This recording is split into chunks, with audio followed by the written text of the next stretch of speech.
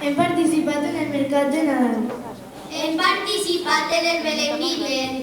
Hem participat en el Festival de Nadales. Aquest any ha sigut el primer que hem muntat una parada.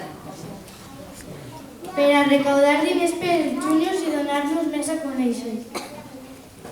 Per a recaudar... Vam intentar que totes les coses foren relacionades amb Jesús. I els pares ens van ajudar molt, gràcies. En el Belén itinerant vam fer una representació de quan Jesús va néixer. Va ser molt divertit perquè anaven vestits de soldats d'aquella època. També vam fer una Nadala per al Festival de la Parròquia. Aquest any vam agafar la cançó de la Vila és Bella però canviar-li la lletra. Va ser molt divertit. Ara la veureu i l'escoltareu.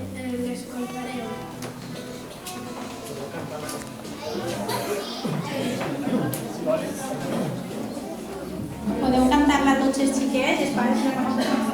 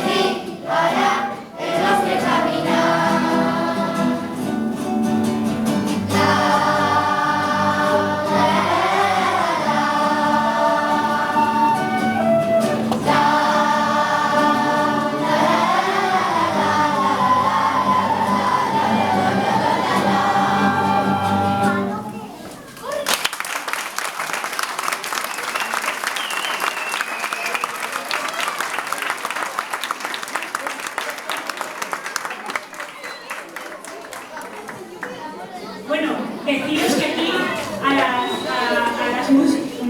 a las músicas les hemos pillado un poco a traición, ¿eh? Han tenido poco tiempo para ensayar.